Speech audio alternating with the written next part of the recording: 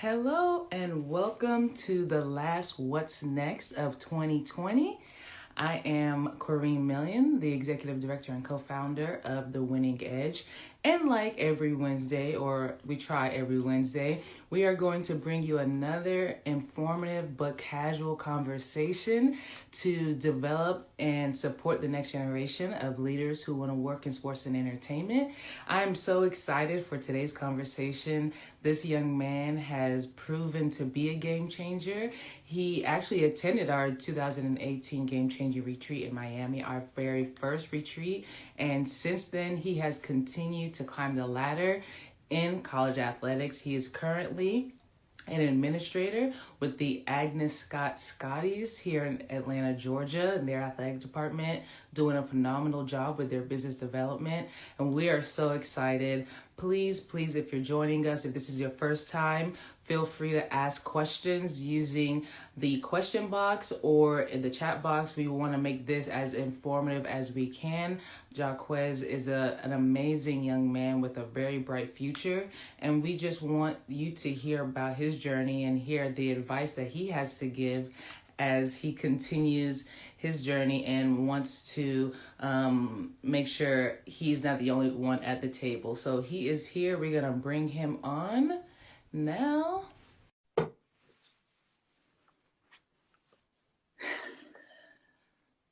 While he comes on, like I said, if this is your first time joining us, feel free to ask questions in the chat box. Hey there. Hey, how you doing? I'm feeling fantastic now that you're here. How about yourself? No, I'm amazing. I'm good. Yeah. Are you at the office? I am, yeah. Well, I appreciate you taking the time to talk with us today. I know you have some great gems for our audience. I see you got support up in here, giving you, showing love. So I always start every conversation, as you know, with the same question. Who are you? What do you do? And why? Jacques Wells, Assistant Athletic Director for Agnes Scott College. So what do? I work in the sports industry. Mainly, what fuels me is just helping people like me. You know, people that play sports, people that, just want to thrive in sports and, just be their best selves through sports. So that's what I do in a nutshell. Yeah. And you said why you do it. So I mentioned earlier in the introduction, you are a game changer. You attended our very first Game Changer retreat in Miami. And we are so grateful for your belief in what we want to do to develop the next generation. So let's talk about your journey leading up to getting to the retreat. You started out Columbus State playing basketball. When did you know that working in the sports entertainment industry was what you wanted to do? That's a great question. I think for me, it starts, you're just playing basketball as a student athlete, and then, you just transition and you kind of think about, all right, what am I going to do when I leave out of here? So for me, I just built good relationships when I was a student athlete, and I needed an internship to fulfill my degree course. So that led to me, just asking a compliance officer who helped me with my paperwork when I was got on the basketball team, and he pretty much said, hey, we'd love to have you. I know you're a good guy. You'll do some good stuff around here. So, fast forward, ended that semester, and he's getting ready to graduate, and didn't necessarily know which direction I wanted to go. He said, hey, I'll offer you a graduate assistantship. So I took that. I said master's at 25, good deal for me. And, from there on, I was like, all right, I can really do something with this. Was compliance something that you're like, yeah, I want to do this? Or was it like, this is an opportunity? Like, how did you get from like on the court compliance officer, making sure you ain't taking no extra benefits, to now working in the compliance office? Right. So it was good to just be working in a compliance office, because I did as an intern, you do a little bit of everything. So working concession stands, pre-game, post-game, doing everything from on the event side. So that led to, I thought I wanted to do compliance. And then he started quizzing me on different, bylaws and stuff. And I just was unprepared when he used to quiz me and ask me like, all right, so how do we get a recruit established here? What is an NLI? He started asking me all of these things. And I'm just like, yeah, I don't know. I didn't know. And I just used to spit off random answers. He was like, if you don't know, just say you don't know. And, we're going to work with that, and you'll figure something out. I got you. Awesome. So you're not in compliance now. So something happened between that graduate assistantship and where you are now. So let's talk a little bit about that experience and that journey. Part of that was attending the Game Changer retreat. So Right. what kind of made you say, this is the something that I need to be a part of? I'm going to sign up for this. We hadn't had the reputation yet of doing what we are doing now. So what about what you knew about us, the Winning Edge, made you say, this is something I want to be a part of?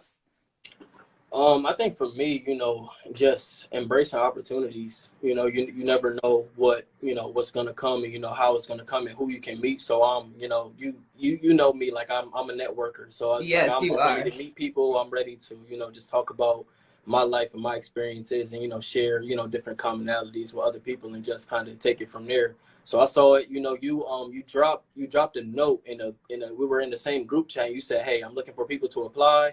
And I just said, I'm gonna shoot my shot. Why not? I'm gonna go for it. So, submitted my video, and you reached out, and I was selected. So just from there, I was just ready to just embrace whatever that opportunity came with. You came to the retreat not knowing what it was about. What do you think kind of set you apart from maybe not just those who applied and didn't get in, but those who have been a part of our program and are still kind of looking for their next journey? What was it that you did at the retreat? How have you embraced all the things that we dropped on you? I think for me, just keeping an open mind, and just like, hey, this is an opportunity. I don't know a lot of people. I'm from a small city in Connecticut, so that not a lot of people know about. So for me, it's just like, hey, I know people that are from my city that look like me don't necessarily get this opportunity. So you know what, I'm just gonna come in with an open mind, shake as many hands as I can, and just just listening more than anything, just listening to what everybody has to say, and just taking notes and learning, and then just kind of using it after the retreat. What was it was there anything that stood out that you remember from all the conversations, all the interactions that you had with industry professionals? Was there anything that kind of stood out that you've taken throughout your journey so far? For sure. And I'll kind of relate it to you put a post up maybe 1 or 2 days ago about preparation. So I think for me, what made me have a good, impactful kind of first meeting, and just that first interaction with a lot of people. I'll say one. I'll give you a two-part answer. One was having a good first impression, but two, just even leading that, being prepared. And y'all gave us a booklet with bios about all of these people, and I met somebody that, for me, I just try to find commonalities with people. So it's just, I met an athletic administrator there who used to work at UConn, and me being from Connecticut, I'm like big UConn Husky basketball fan. So I went into it and I was like, all right, when I meet this guy, I'm going to mention his time at Connecticut, and just being strategic in that way, and just, doing my research, being strategic, and then kind of using, all of those things, and trying to make, a good first impression, because, you never know what those things can lead to, down the line.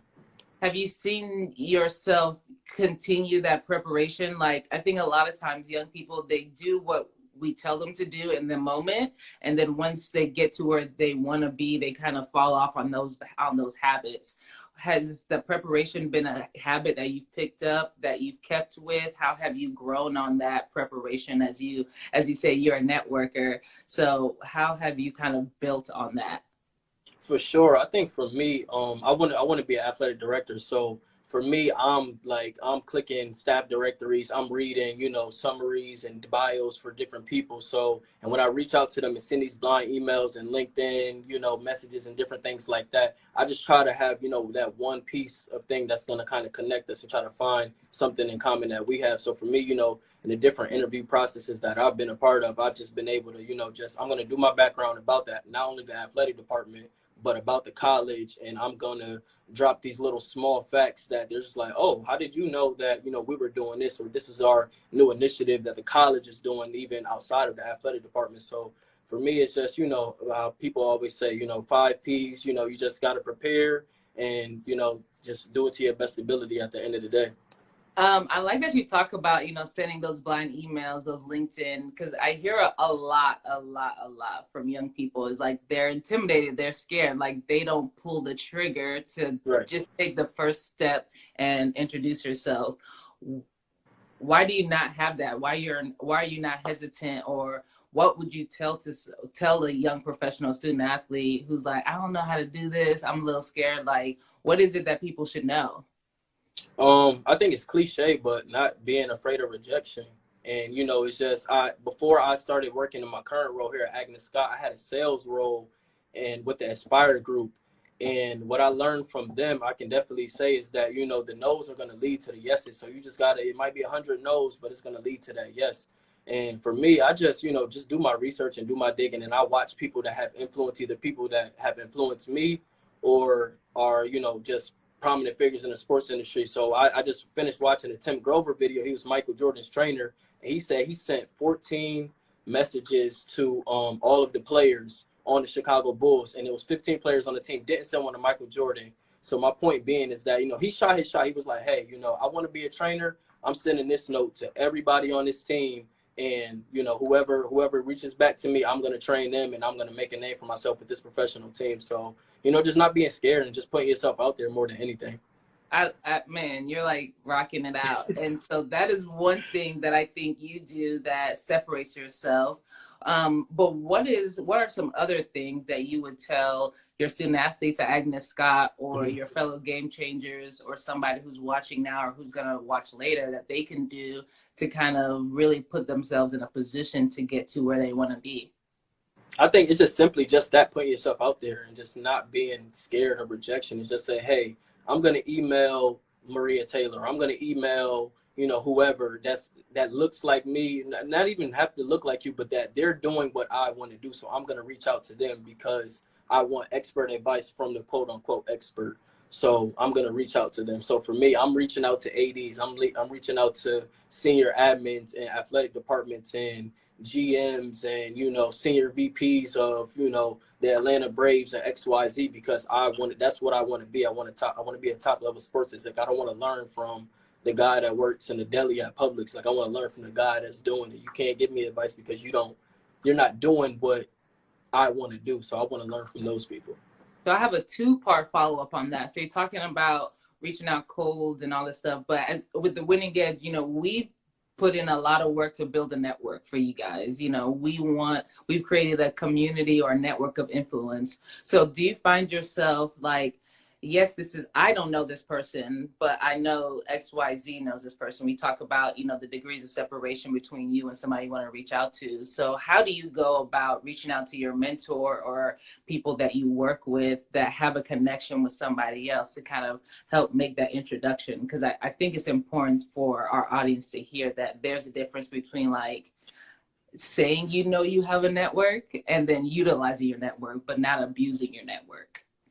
Right. I think that last part you just put, that's very important, honestly, because, just like, me and other people, you could be in a room with so many people and, grab a business card, but they're not a part of your network if you never shot them a follow-up email or sent them a handwritten note or whatever, kind of those steps. But to answer your question, I would just say, just asking how like just trying to check their comfortability level and say, hey, are you okay with introducing me to so-and-so? Like, hey, I'm interested in, doing what this person does. I noticed that they work in your athletic department, or you worked with them in the past, or whatever that relationship was, and that you found out when you did your research. And then just, like I said, just taking that shot in the dark and saying, hey, I'm gonna do this because, this person obviously knows this person. So I'm gonna reach out to them and kind of utilize my network in that way. And sometimes even for me, I'll just throw something else in there that I'm trying to kind of train myself to do, is that like I always kind of let people know what I'm about and kind of what I want to eventually do, so Right. they can. So I've gained, an extension of other people's network doing that. Like, hey, I'm going to reach out to this person at University of Alaska, and they're just like, hey, well, this person does all of our facility stuff. You work in facilities. Let me introduce you to this person because I told them this is what I'm interested in. And then, things kind of happen that way as well. I love that. I love that. So you want to be a college athletic director. You want to be an elite administrator. What associations, what groups, what are you kind of doing outside of the cold emails to build your network, to professionally develop? Like, what are the things that you're associating yourself with? Or who are the organizations you're associating with? The Winning Edge, first and foremost, the Winning Edge. But outside of the Winning Edge, I think anything that kind of falls under the pillar of NACDA. So I'm at SEFMA, which is for event facility management.